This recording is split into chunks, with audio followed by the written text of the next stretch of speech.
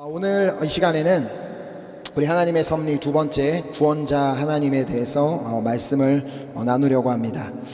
자, 오늘 본문 말씀 디모데전서 2장 1절부터 4절까지 말씀인데요. 주일학교 어린이들도 함께 오늘 말씀 졸지 말고 잘 들으시면 좋겠습니다. 자, 디모데전서 2장 1절부터 4절까지 말씀, 우리 짧은 4절 말씀이니까 함께 우리 읽도록 하겠습니다. 시작. 그러므로 내가 첫째로 권하노니 모든 사람을 위하여 간구와 기도와 도구와 감사를 하되 임금들과 높은 지위에 있는 모든 사람을 위하여 하라. 이는 우리가 모든 경건과 단정함으로 고요하고 평안한 생활을 하려 함이라. 이것이 우리 구주 하나님 앞에 선하고 받으실 만한 것이니 하나님은 모든 사람이 구원을 받으며 진리를 아는 데에 이르기를 원하시느니라. 아멘. 자, 오늘 이 시간에는 지난주에 이어 하나님의 섭리 두 번째 시간입니다. 자, 우리의 삶에 일어나는 모든 일 가운데 하나님의 섭리를 인정하기 위해서는 반드시 하나님이 어떤 분이신지를 알아야 합니다. 자, 그러니까 하나님께서 오늘도 여전히 우리의 삶과 세상을 보이지 않는 손으로 다스리고 계심을 인정하기 위해서는 하나님이 누구신지를 정확하게 알아야 한다는 말입니다. 자, 그래서 지난 첫 시간에는 우리가 믿는 하나님이 전능하신 분이라는 사실에 대해서 말씀을 나누었습니다. 이게 무슨 말인지 모르시는 분들은 유튜브에 우리 파리 은혜교회를 치시면 지난주 설교 말씀이 올라가 있으니까 1번 시리즈 1번을 들으시고 오늘도 들으시고 앞으로 있게 될 설교 말씀을 들으셔도 됩니다. 자, 그래서 오늘 이 시간에는 우리가 믿고 있는 하나님이 우리를 구원하시는 구원자라는 점에 대해서 말씀을 나누고자 합니다. 자, 그런데요, 제가 지난주에 이 섭리를 의미하는 providence라는 단어를 풀어서 설명할 때 두 번째 단어인 그러니까 R에서 rédempteur라고 설명을 드렸습니다. 자, 물론 이 rédempteur라는 단어가 구원자라는 의미를 담고 있기도 하지만 더 정확하게 말하자면 구속주라는 의미를 담고 있습니다. 자, 그러니까 우리 하나님은 우리를 구속하여 주신 구속자이시라는 말입니다. 자, 구속하여 주셨다는 말은 다른 말로 우리를 속량하여 주셨음을 의미합니다. 자, 지금 뭐 구속이나 속량이나 무슨 말인지를 도통 이해하지 못하는 분들을 위해서 설명을 드리자면 값을 치르고 자유롭게 하여 주었음을 의미합니다. 누군가가 대신 값을 치러 주어서 자유롭게 된 것, 그것이 바로 지금 방금 말씀드린 속량이라는 말의 의미입니다. 한번 성경에 기록된 말씀을 통하여 설명을 드리도록 하겠습니다. 신명기 7장 8절 말씀을 보면 여호와께서 다만 너희를 사랑하심으로 말미암아 또는 너희의 조상들에게 하신 맹세를 지키려 하심으로 말미암아 자기의 권능의 손으로 너희를 인도하여 내시되 너희를 그 종되었던 집에서 애굽 왕 바로의 손에서 속량하셨나니, 여기서 이 바로의 손에서 속량하셨나니라는 말은 그의 손에서 건져 주셨다는 말인데, 방금 말씀을 드렸던 것처럼 하나님께서는 이스라엘 백성들을 그냥 자유롭게 하여 주시고 그냥 건져 주신 것이 아니라 값을 치르고 그들을 자유롭게 하여 주셨습니다. 자, 지난주에도 말씀을 드린 것처럼 우리 하나님은 전능하신 분이십니다. 자, 그 뜻은 우리 하나님께는 모든 것이 가능하다는 뜻입니다. 자, 그럼 이스라엘 백성들이 애굽에서 고된 노동으로 인해 하나님께 부르짖었을 때 그냥 당신의 강한 손으로 애굽을 치고 이스라엘 백성들을 건져 주실 수 있었습니다. 자, 그런데 하나님께서는 어떻게 하세요? 굳이 모세라는 한 사람을 선택하셔서 그에게 말씀을 주시고 그를 애굽으로 보내어 바로 왕을 찾아가 만나게 하십니다. 자, 그리고 이스라엘 백성들을 보내려고 하지 않는 바로 왕의 마음을 돌이키기 위해 굳이 그 땅에 10가지 재앙을 내리십니다. 그러니까 우리 하나님은 굳이 이런 것 없이도 이스라엘 백성들을 그냥 건져 주실 수 있는 분인데도 불구하고 말입니다. 자, 하나님은 이러한 과정을 거치지 않고서도 건지실 수 있는 분이었지만 하나님은 굳이 모세라는 한 사람의 수고와 순종이라는 값을 치르고 그들을 애굽에서 건져내어 주셨습니다. 이 모세를 통하여 우리는 우리의 구세주 예수 그리스도의 모습을 발견하게 됩니다. 예수님께서는 종되었던 우리를 자유롭게 하여 주시기 위해 값을 지불하여 주셨습니다. 자, 그렇다면 우리는 이런 생각을 할 수가 있죠. 아니, 나는 누군가의 종이 된 적도 없는데 왜 나를 자유롭게 하여 주신다라고 말씀하는가라는 생각입니다. 자, 실제로 그렇게 생각했던 유대인들에게 예수님께서 하신 말씀을 보겠습니다. 요한복음 8장 34절 말씀을 보면 예수께서 대답하시되 진실로 진실로 너희에게 이르노니 죄를 범하는 자마다 죄의 종이니라. 자, 혹시 이 자리에 계신 분들 중에 나는 단 한 번도 죄를 범한 적이 없습니다라고 자신 있게 말씀하실 수 있는 분이 계십니까? 자, 물론 각자가 생각하는 죄의 범위는 다르기에 자신은 별로 특별한 죄를 지은 적이 없다고 생각할 수도 있습니다. 자, 그래서 자기를 죄인이라고 부르는 것을 싫어하는 분들도 있습니다. 자, 그런데 로마서 3장 23절은 다음과 같이 말씀하고 있습니다. 모든 사람이 죄를 범하였음에 하나님의 영광에 이르지 못하더니, 그러니까 자신의 생각에 자기는 죄인이 아니라고 생각한다 할지라도 우리 하나님 앞에서는 우리 모두가 다 죄인이라는 말입니다. 우리가 착각하지 말아야 하는 것이 우리는 죄를 지었기 때문에 죄인이 된 것이 아닙니다. 우리는 죄인으로 태어났기 때문에 죄를 범할 수밖에 없는 자들임을 알아야 하는 것이죠. 에베소서에 보면 죄인을 진노의 자녀라고 표현하고 있는 것을 볼 수 있습니다. 에베소서 2장 3절에 전에는 우리도 다 그 가운데서 우리 육체의 욕심을 따라 지내며 육체와 마음에 원하는 것을 하여 다른 이들과 같이 본질상 진노의 자녀이었더니, 본질상 진노의 자녀였다는 말은 지옥에 갈 수밖에 없는 자였다는 말입니다. 왜냐하면 죄인은 하나님의 나라에 들어갈 수가 없기 때문이죠. 자, 그런 우리를 구원하시기 위해 독생자 예수 그리스도를 이 땅에 보내주신 것입니다. 우리를 속량하여 주시기 위해 예수 그리스도께서 이 땅에 오신 것입니다. 즉, 당신께서 친히 값을 지불함으로 말미암아 우리를 죄에서 자유롭게 하여 주셨음을 의미합니다. 자, 그래서 로마서 5장 9절은 말씀합니다. 자, 그러면 이제 우리가 그의 피로 말미암아 의롭다 하심을 받았으니 더욱 그로 말미암아 진노하심에서 구원을 받을 것이니. 아멘. 자, 예수님의 피로 말미암아 의롭다 하심을 받았다는 말은 예수님의 피값으로 우리를 죄에서 속량하여 주셨다는 말입니다. 자, 그렇기에 예수 그리스도를 믿는 자는 진노하심에서 구원을 받게 된 것입니다. 이제 우리의 신분이 바뀌었음을 의미합니다. 이전에는 진노의 자녀, 죄의 종이었다면 이제는 하나님의 자녀, 하나님의 백성이 된 것입니다. 자, 지난주에도 말씀을 드렸듯이 전능하신 하나님께서 우리를 사망에서 생명으로 옮겨 주셨습니다. 자, 단지 우리가 예수 그리스도를 믿었다는 그 이유만으로 우리에게 이 놀라운 일이 일어나게 된 것입니다.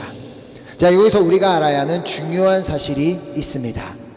자, 속량함을 받고 구원함을 받은 것은 너무나도 감사한 일이기에 먼저는 그 받은 은혜를 잊지 말고 감사하며 살아가야 한다는 것입니다. 자, 그런데 감사하는 데서 끝나는 것이 아니라 구원을 받은 자로서의 책임이 있음을 알아야 합니다. 그러니까 단순히 예수를 믿고 구원을 받았다고 해서 끝이 아니라는 말입니다. 물론 히브리서 말씀처럼 예수 그리스도의 피로 영원한 속죄를 이루셨다는 그 사실은 변함이 없습니다. 히브리서 9장 12절 말씀을 보면 염소와 송아지의 피로 하지 아니하고 오직 자기의 피로 영원한 속죄를 이루사 단번에 성소에 들어가셨느니라. 자, 예수 그리스도께서 우리를 대신에 피 흘려 죽으심으로 말미암아 우리의 모든 죄를 사하여 주셨음은 분명한 사실이지만, 변함이 없는 사실이지만, 그렇다고 해서 이제 우리가 마음대로 죄를 지어도 된다는 말은 아닙니다. 로마서에 이제 그리스도 예수 안에 있는 자에게는 결코 정죄함이 없다고 말씀한다고 해서 우리가 정죄함을 받을 만한 일을 해도 괜찮다는 말이 아닌 것입니다. 주님께서는 우리가 죄를 짓지 않도록 노력하기를 원하고 계십니다. 노력하다가 넘어지면 다시 회개하고 돌이키면 됩니다. 하지만 문제는 노력조차 하지 않는 것입니다. 자, 그러나 우리 그리스도인들은 죄를 범하지 않도록 노력할 수밖에 없는 자들입니다. 왜요? 그것은 바로 우리 안에 성령님이 계시기 때문입니다. 오늘 특별히 이 성령 강림 주일을 오늘 주님 앞에 드리고 있는데, 성령님께서 오신 이유가 여기에 있습니다. 오순절날 다락방에 임하였던 그 보혜사 성령님, 즉 오늘 우리 안에도 거하시는 성령님은 우리에게 모든 것을 가르쳐 주고 계시며 말씀이 생각나게 하여 주시는 분이십니다. 자, 그러니까 우리 안에 계신 성령님은 우리가 하나님의 말씀을 따라 살며 하나님의 뜻을 이루며 살 수 있도록 우리를 돕고 계신 분이라는 말입니다. 자, 내가 그분의 음성을 듣고 따르기로 결단한다면 죄와 싸우게 되겠지만, 그분의 음성을 듣지 않기로 결단한다면 죄와 싸울 생각조차 하지 않게 될 것입니다. 자, 저는 이 자리에 계신 모든 분들이 다 성령님의 음성을 듣고 죄와 싸우되 피 흘리기까지 대항하시기를 소망하며 축복합니다. 아멘. 자, 그러나 내가 죄를 범하지 않도록 말씀하시는 그 성령님의 음성을 무시하고 그냥 죄 가운데 살게 된다면 하나님께 징계를 받을 수 있음을 우리는 알아야 합니다. 자, 때로는 우리를 사랑하셔서 우리를 징계하신다고 히브리서를 통해 말씀하십니다. 히브리서 12장 4절부터 8절 말씀을 보면, 너희가 죄와 싸우되 아직 피 흘리기까지는 대항하지 아니하고 또 아들들에게 권하는 것 같이 너희에게 권면하신 말씀도 잊었도다. 일러스되 내 아들아, 주의 징계하심을 경히 여기지 말며 그에게 꾸지람을 받을 때에 낙심하지 말라. 주께서 그 사랑하시는 자를 징계하시고 그가 받아들이시는 아들마다 채찍질하심이라 하였으니 너희가 참으면 징계를 받기 위함이라. 하나님의 아들과 같이 너희를 대우하시나니 어찌 아버지가 징계하지 않는 아들이 있으리요. 징계는 다 받는 것이거늘 너희에게 없으면 사생자요 친아들이 아니니라. 다시 출애굽 사건을 예로 보면요, 하나님께서는 이스라엘 백성들을 애굽에서 속량하여 주셨지만 그들은 감사도 잠시 다시 애굽으로 돌아가고 싶어 했습니다. 자, 이전 종의 삶으로 다시 돌아가고 싶어 했다는 말입니다. 자, 그런 그들이 가나안 땅으로 가는 중 여러 가지 죄를 범했을 때 하나님께서는 그들을 가만히 두시지 않고 그들을 징계하셨습니다.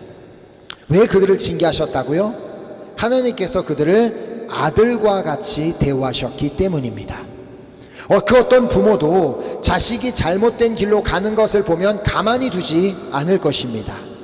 혼내도 보고 달래도 보면서 어떻게 해서든 잘못을 깨닫게 하고 그 죄를 반복하지 않게 하려고 할 것입니다. 이와 마찬가지로 하나님께서도 죄의 문제에 대해서는 이스라엘 백성들을 매우 엄하게 다루셨습니다. 자, 왜냐하면 그들을 사랑하셨기 때문입니다. 오늘 혹시 나는 죄와 싸우되 피 흘리기까지 대항하고 있다고 말씀하실 수 있으십니까? 그러고 있다면 성령님의 음성을 듣고 순종하고 있음을 의미합니다. 반면 죄와 싸울 생각이 전혀 없다면 그것은 성령님의 음성을 무시하고 있음을 의미합니다. 2000년 전 예수님께서는 당신의 제자들이 성령을 받기를 원하셨던 이유는 물론 그들이 권능을 받고 예루살렘과 온 유대와 사마리아와 땅끝까지 이르러 그들이 증인이 되기를 원하셨던 것도 있지만 무엇보다 그들이 그리스도인답게 또 보냄을 받은 사도답게 살 수 있도록 그들을 돕기 원하셨기 때문입니다. 이제는 사도가 되어 각자의 사명을 감당해야 하는 그들이 속량을 받은 자답게 구원을 받은 자답게 살아갈 수 있도록 약속하신 성령을 받기까지 그들이 기다리라고 말씀하셨던 것입니다. 오늘 우리에게 성령을 보내주신 이유도 동일합니다.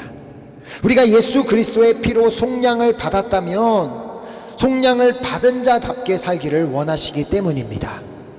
우리가 예수 그리스도를 믿음으로 말미암아 구원을 받았다면 구원을 받은 자답게 살기를 원하시기 때문입니다. 자, 그래서 예수님께서는 팔복으로 산상수훈을 시작하시고 이어서 우리가 세상의 소금이자 빛이라고 말씀하신 이유입니다. 자, 마태복음 5장에 기록된 말씀을 보겠습니다. 마태복음 5장 13절부터 16절 말씀을 보면 너희는 세상의 소금이니 소금이 만일 그 맛을 잃으면 무엇으로 짜게 하리요? 후에는 아무 쓸데없어 다만 밖에 버려져 사람에게 밟힐 뿐이니라. 너희는 세상의 빛이라. 산 위에 있는 동네가 숨겨지지 못할 것이요 사람이 등불을 켜서 말 아래에 두지 아니하고 등경 위에 두나니 이러므로 집안 모든 사람에게 비치느니라. 이같이 너희 빛이 사람 앞에 비치게 하여 그들로 너희 착한 행실을 보고 하늘에 계신 너희 아버지께 영광을 돌리게 하라. 자, 우리의 가족 중에 또 주변 사람들 중에 먼저 예수님을 믿게 하여 주신 것은 하나님의 섭리입니다. 자, 그러나 단지 우리만 속량을 받고 구원을 받는 것으로 끝나는 것이 아니라 우리가 우리 가족들에게 또 주변 사람에게 소금의 역할을 감당하고 또 빛의 역할을 감당하기를 원하고 계시는 것입니다. 그래야지만 그들 역시도 우리를 통하여 예수님을 알게 되고 예수님을 믿고 구원받게 되기를 원하시기 때문입니다. 자, 그래서 오늘 본문 4절은 말씀하죠. 하나님은 모든 사람이 구원을 받으며 진리를 아는 데 이르기를 원하시느니라. 아멘. 하나님은 그 어떠한 사람도 예외 없이 구원을 받으며 진리를 아는 데 이르기를 원하십니다. 자, 그래서 요한복음 3장 16절에서도 뭐라고 말씀하세요? 하나님이 세상을 이처럼 사랑하사 독생자를 주셨으니 이는 그를 믿는 자마다 멸망하지 않고 영생을 얻게 하려 하심이라라고 말씀하신 이유입니다. 그 누구든지 예수 그리스도의 이름을 믿는 자, 그 누구든지 예수 그리스도의 이름을 부르는 자는 구원을 받는다고 말씀하십니다. 그 사람이 어떠한 사람이든 상관없이 어떠한 국적이든지 어떠한 환경 가운데 사는 사람이든지 상관없이 누구든지 예수 그리스도를 믿는 자, 누구든지 예수 그리스도의 이름을 부르는 자는 구원하신다고 말씀하십니다. 즉 우리가 예수를 믿고 구원을 받은 것처럼 우리 주변에 있는 모든 사람도 다 구원받기를 원하고 계신 분이십니다. 자, 그래서 우리가 믿지 않는 자들에게 소금이 되고 빛이 되기를 원하시는 것입니다. 자, 그렇다면 이 세상에 소금이 되고 빛이 된다라는 말의 의미가 무엇일까요? 소금과 빛이 가진 공통점이 하나 있습니다. 자, 그것은 둘 다 대체 불가한 요소라는 점입니다. 자, 그 무엇도 소금과 빛을 대신할 수 없습니다. 짠맛을 소금에 낼 수 있는 것이 없고 어두운 것을 밝힐 수 있는 것은 빛밖에 없습니다. 자, 사실 한국어 성경은 이 세상의 소금이라고 번역을 했지만 원어적으로 보면 땅의 소금이라고 볼 수 있습니다. 자, 주님께서 왜 우리가 땅의 소금이라고 말씀하신 것일까요? 창세기에 보면 하나님께서 아담을 뭘로 지으셨어요? 흙으로 지으셨음을 알 수가 있습니다. 자, 그러니까 땅의 소금이라는 말은 사람들 사이에서 우리가 소금의 역할을 감당해야 한다는 말씀인 것입니다. 자, 소금이 가진 특징이 있죠. 자, 그것은 소금이 어떤 음식에 들어갔을 때 눈에 보이지는 않지만 그 맛은 여전히 남아있는 것을 알 수 있습니다. 이처럼 하나님께서는 우리가 사람들 사이에서 드러나지 않으면서도 효과적이고 영향력이 있는 존재가 되기를 원하시는 것입니다. 즉 세상에는 없지만 우리에게만 있는 무언가를 가지고 그들에게 소금 역할을 하기를 원하신다는 말입니다. 자, 우리에게만 있는 그 무언가는 바로 하나님의 사랑입니다. 하나님의 사랑으로 속량을 받고 구원함을 받았음을 알기에 이제는 그 사랑을 이웃에게 실천하기를 원하시는 것입니다. 자, 결국 이웃사랑을 실천할 때 우리는 비로소 소금의 역할을 감당하게 되는 것입니다.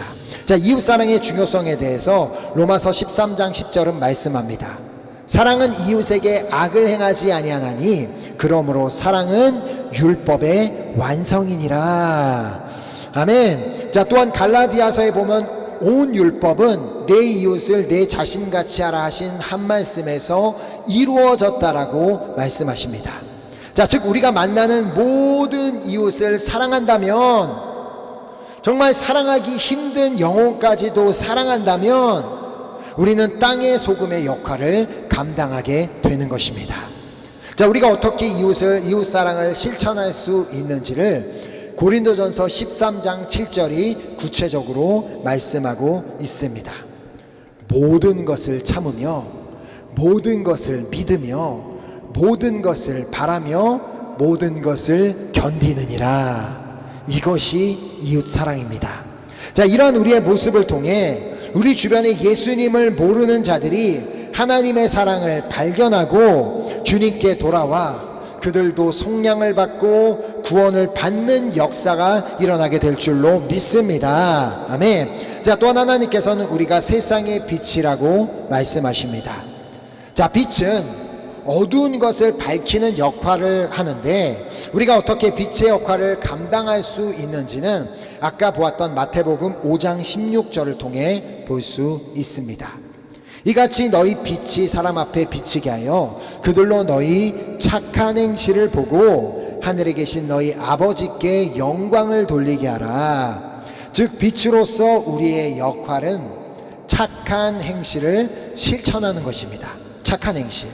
자, 그렇다면 착한 행실이란 무엇을 의미할까요? 단순히 착하게 사는 것을 말하지 않습니다. 예수님 믿지 않는 사람들 중에도 착한 사람 많습니다. 자, 그러니까 그런 뜻이 아니라 여기서 말하는 착한 행실이란 선하신 하나님의 말씀을 행하는 자를 의미합니다. 자, 다른 말로 우리 안에 오신 성령님께서 생각나게 하시는 주님의 말씀을 삶에 실천하는 자가 될 때 빛으로서의 역할을 감당하게 되는 것입니다. 자, 아무것도 염려하지 말고 다만 모든 일에 기도와 간구로 너희 구할 것을 감사함으로 하나님께 아뢰라라고 말씀하셨다면 염려가 될 때 염려하는 대신 기도하고 감사하는 것이 바로 착한 행실입니다. 범사에 감사하라고 말씀하셨다면 감사하기 힘든 상황에도 감사하는 것이 착한 행실입니다. 너희를 박해하는 자를 축복하라. 축복하고 저주하지 말라라고 말씀하셨다면 축복하기 어려운 사람도 축복하는 것이 착한 행실입니다.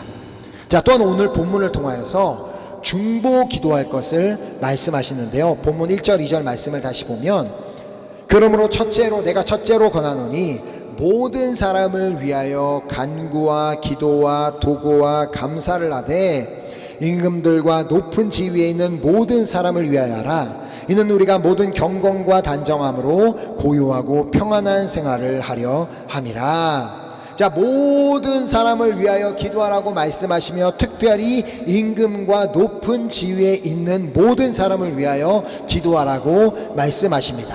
자, 그리고 이렇게 기도하는 것이 하나님 앞에 선하고 받으실 만한 것이라고 3절에 말씀합니다. 이것이 우리 구주 하나님 앞에 선하고 받으실 만한 것이니, 자, 그러니까 중보 기도하는 것이 착한 행실이란 말입니다. 자, 모든 사람을 위하여 기도하는 것이 하나님 앞에 선하고 받으실 만한 이유가 뭐라고요? 하나님은 모든 사람이 구원을 받으며 진리를 아는 데 이르기를 원하시기 때문입니다. 자, 그러니까 예수 그리스도의 피로 속량을 받고 구원을 받은 자라면 모든 사람을 위해 기도하되 특별히 믿지 않는 자들을 위해 기도해야 하는 것입니다. 임금들과 높은 지위에 있는 모든 사람을 위하여 기도하라는 말이 뭐겠어요? 대통령과 높은 지위에 있는 분들도 예수님을 믿고 그들도 속량을 받고 구원을 받을 수 있도록 그들을 위해 기도하라는 말입니다. 높은 지위에 있는 분들이 다 예수님을 믿고 성령님의 인도하심을 따라 나라를 다스리게 된다면 진정 하나님의 나라가 이 땅에 세워지게 되지 않겠습니까? 자, 예수님은 모든 사람을 위하여 당신의 생명을 주셨습니다. 이 자리에 있는 우리들만 위해서 생명을 주신 게 아니라 이 세상의 모든 사람을 위해 당신의 생명을 주셨습니다. 자, 그 뜻은 예수 그리스도의 보혈로 말미암아 모든 사람들이 죄에서 속량을 받고 구원받기를 원하신다는 말입니다. 자, 그렇게 우리의 역할이 중요한 것이고 우리의 기도가 중요한 것입니다. 자, 그러므로 매 주일마다 우리 교회는 항상 먼저 중보기도로 예배를 시작하기에 예전에도 말씀드린 적이 있는 것 같은데 늦지 말고 꼭 3시 전에 다 모이셔서 함께 열방을 위해 기도하는 우리 교회가 되었으면 좋겠습니다. 다음 주부터 꼭 다 3시 전에 무슨 일이 있어도 다 그냥 지하철에서 다른 사람 밀치고 뛰쳐나오는 한이 있더라도 3시까지 다 모여서 같이 함께 기도하는 우리 모두가 되었으면 좋겠습니다. 자, 하나님께서 나를 구원하여 주신 것처럼 내 주변에 있는 사람들도 구원하여 주기를 원하고 계십니다. 하나님은 모든 사람이 구원을 받으며 진리를 아는 데 이르기를 원하시기 때문이죠. 자, 그 주님의 마음을 알아 이제는 속량을 받아 구원을 받은 자들답게 이웃을 사랑하고 또 믿지 않는 이웃을 위해 또 형제 자매들을 위해 기도함으로 이 땅의 빛과 소금의 역할을 감당하는 여러분과 제가 될 수 있기를 예수 그리스도의 이름으로 축복합니다. 아멘. 우리 함께 이 귀한 결단을 가지고 우리 찬양하고 우리 기도했으면 좋겠습니다.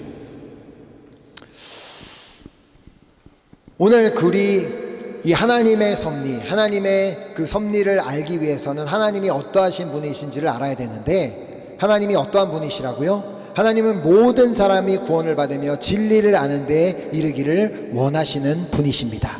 그러니까 하나님의 뜻은 모든 사람이 다 구원받는 것, 우리가 먼저 이렇게 예수님을 믿고 구원을 받게 된 것은 이제 내 주변에 믿지 않는 자들을 그들에게 소금과 빛의 역할을 감당함으로 말미암아 그들에게 정말 예수님을 알 수 있고 예수님의 사랑을 발견하게 하고 예수님께 돌아올 수 있는 그 역할을 우리가 하기를 원하시기 때문에 우리를 먼저 부르신 것입니다. 자, 그러므로 오늘 이 시간 우리가 이 찬양을 드리며 주님 앞에 나아갈 때 주 안에서 이제 내 영혼은 다시 태어났고 이전 것은 지나고 새롭게 되었기 때문에 이제 나는 새롭게 태어난 사람으로 이 땅 가운데 이 세상 가운데 소금과 빛의 역할을 감당하는 제가 되겠습니다라는 그 귀한 결단을 가지고 우리 찬양하고 우리 기도하도록 하겠습니다.